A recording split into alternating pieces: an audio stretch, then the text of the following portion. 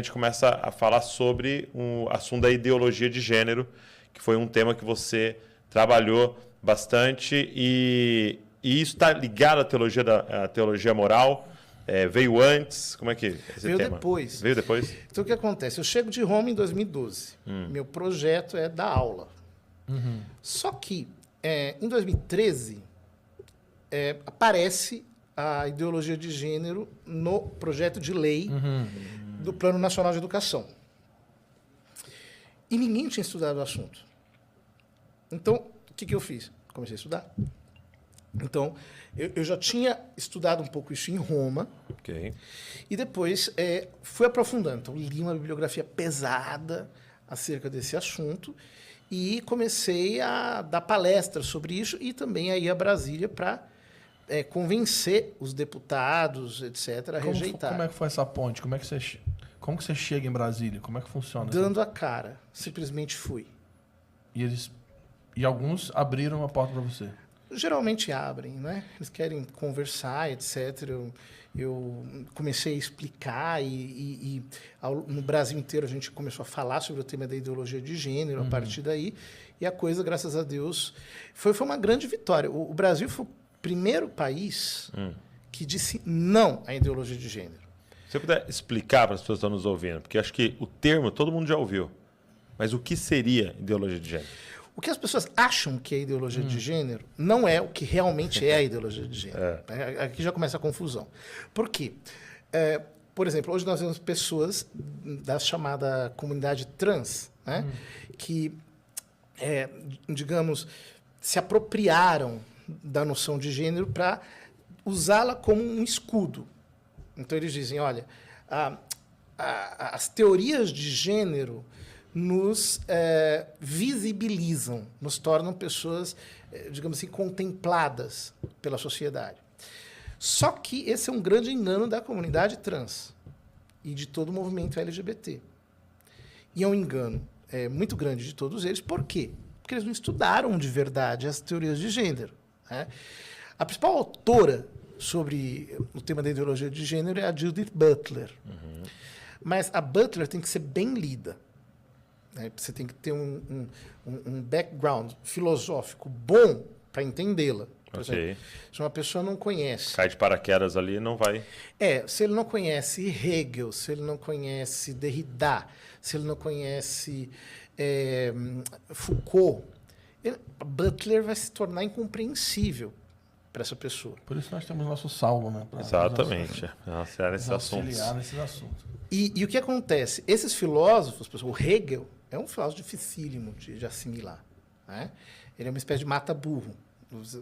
Quando a pessoa se confronta com Hegel... Desiste ali, porque é um filósofo muito difícil.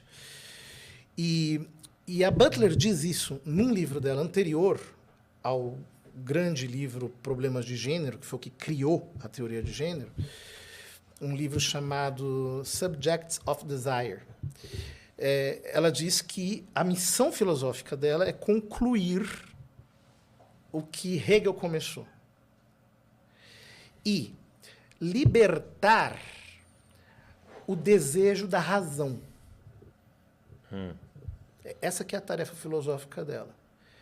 Quer dizer, o desejo ele não pode estar controlado pela razão. Ele tem que ser solto. Para que ele depois construa uma racionalidade nova. Uma nova razão. Uau. Só que isso é uma loucura, porque isso é soltar o Leviatã. Né? Quando na 1 de João ele diz que quem é amigo...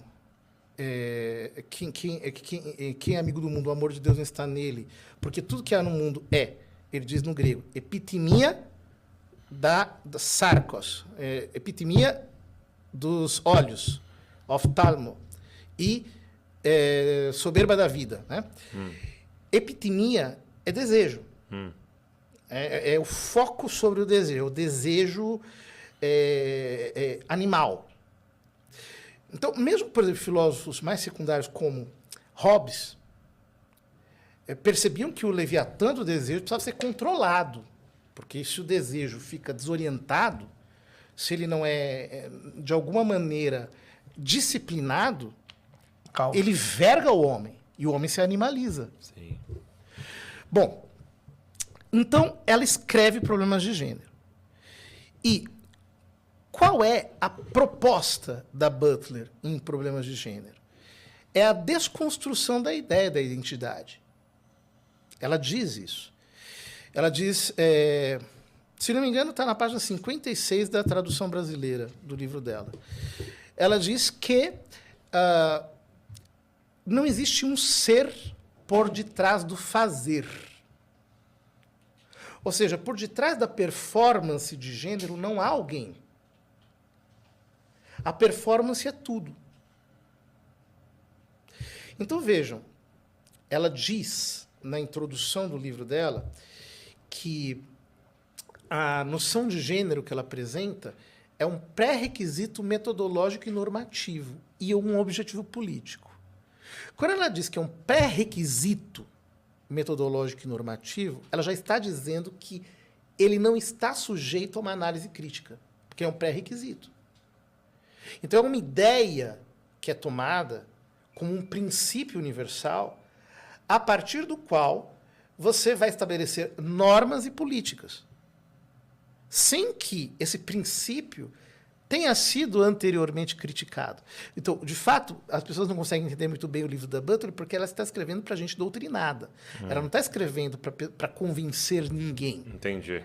Ela já parte daquilo como se fosse um princípio auto-evidente, mas não é um princípio auto-evidente. Quer dizer, a ideia de que não existe alguém por detrás da performance de gênero é uma loucura. E que não existe uma estrutura básica que, de alguma maneira, condiciona aquela performance é outra loucura. Então, o que o pessoal do movimento LGBT, agora é LGBTQIA+, e não, parece que tem até o P agora, né? LGBTQIAP+, né? O que eles não entendem é que essa letrinha Q, queer, dissolve todas as outras. Por quê? Porque o que o movimento queer faz é implantar na prática a ideia do gênero. Ou seja, o que é ser queer?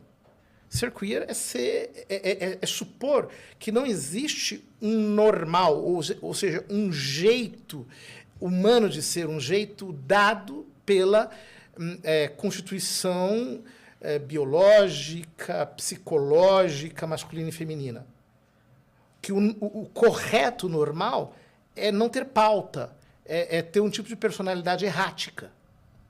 Então, isso acaba com todas as demais letras. Porque se você parar para pensar comigo, por exemplo, o que é um homossexual? É um homem que gosta de outro homem. Mas se o homem 1 não é homem e o homem 2 não é homem, acabou o homossexual. Acabou a lésbica. Acabaram as outras identidades. Essas identidades não existem. Tudo que existe é uma performance errática que não tem estabilidade. Esta é a noção de gênero apresentada pela Butler e que tem variações em outros autores. Mas são modos diferentes de dizer a mesma coisa.